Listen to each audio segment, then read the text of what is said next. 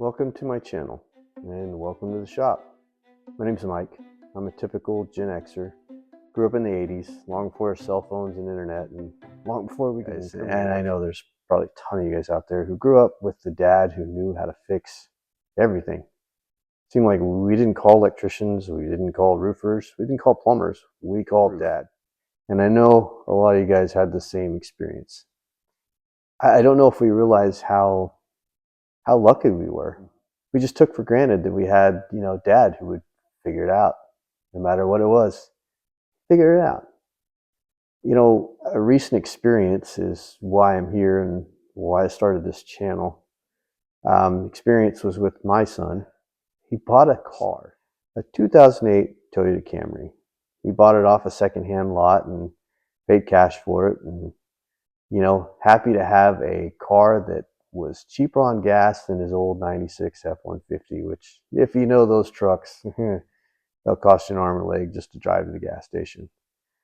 He got about a week out of it. And unfortunately, after about a week, it started knocking. And, we pretty much knew what it was. It was a rod knock. And he pulled over as soon as it started and, called and we got it drugged back to the house. Sat for a good 2, maybe 3 years. And, life went on. So he went back to driving his truck. A little bit further down the road, he ended up buying a Tahoe, which, a little bit of improvement on the gas mileage, but not much. More reliable at times. But, that Toyota sat out there in the, we've got a small field here next to the shop. And I'm sure that was probably a frustration point for him. Just looking at it, knowing, dang it, I lost, $5,000 in it, and there it sits, just rotting away. He recently enrolled in the police academy, and he's a Marine. I'm not gonna say former Marine because I know you're always Marines.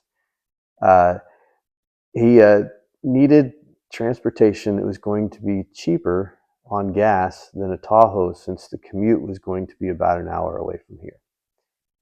So we kind of contemplated, and I know he was thinking, geez, it's going to cost me an arm and a leg to, have a shop replace the engine or fix what's wrong. And, I started thinking, here's a moment where I can show him the value of knowing how to figure things out.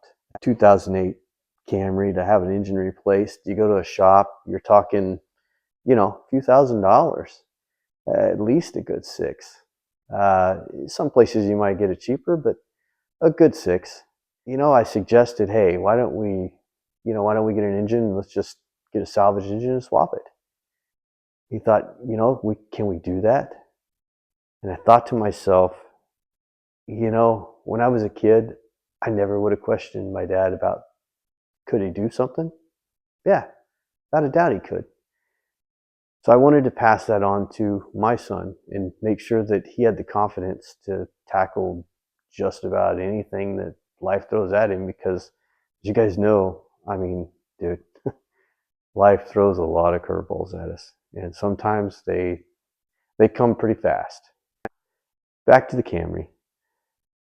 We found a salvage yard, and he was able to get a motor for $1,800. We got the motor, drug it back to the house here, and that's when the journey began. It's really cool to see your son acquire a new life skill. That when he got the motor home from the salvage yard, I kind of wonder if he was still kind of thinking, are we going to be able to do this? We got started. And I know your time's valuable, so I don't want to waste it on too much storytelling. But I do want to kind of get into why the channel's here, and hope that you'll stick with me through this journey, because you should be able to learn a lot. And I think we'll both be learning something together. Anyway, back to the Camry. We got the car pulled in, and we started. The first few bolts came off. The hood came off. And then it was we were past the threshold, no turning back now. We get going. And with every bolt he pulled off, he felt like he was getting somewhere. And the interesting thing was seeing the struggle along the way. Well, the closer we got to actually pulling the engine out, it was interesting to watch his reaction to a hurdle. We hit the first stumbling block. Everything had been going smooth. Everything's coming out fine. Electrical connections are getting disconnected. Bolts are coming out. Pieces are getting stacked. We were there. We were at the moment where we needed to hook chains to the engine and pull it out.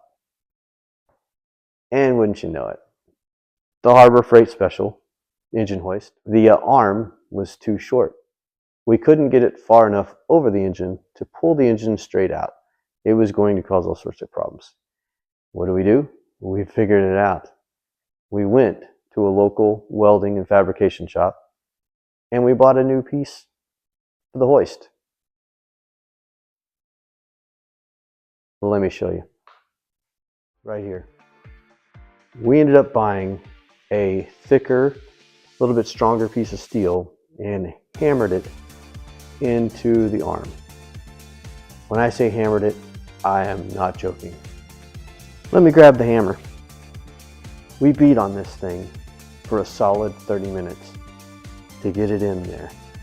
And I'm telling you what, it's never coming back out. So we permanently modified it.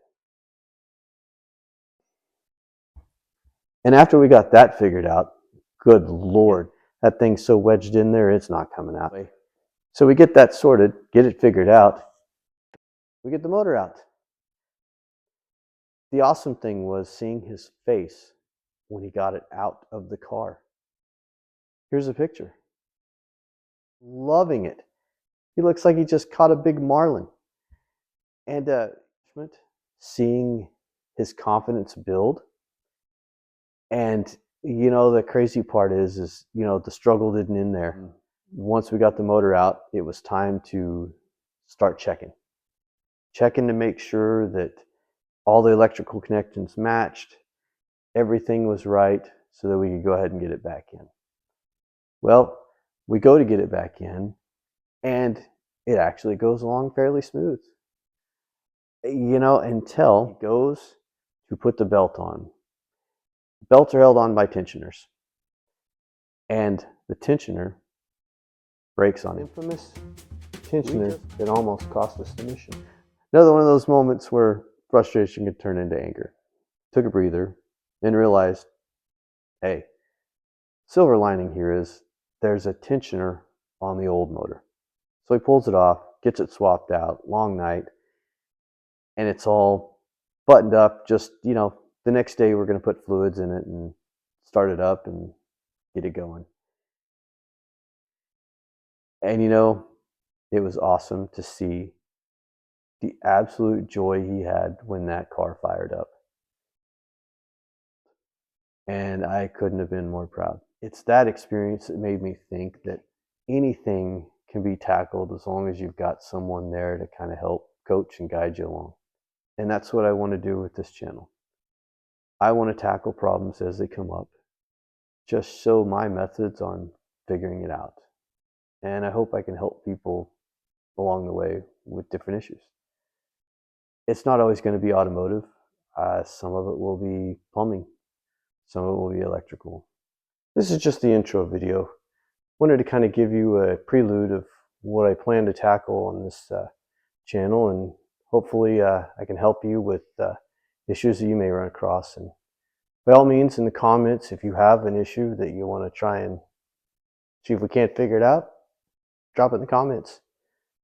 If you've watched this far, thanks. Really appreciate it. And if you want to see more content like this, hit subscribe. If you like this, like it. Appreciate you. We'll see you next time.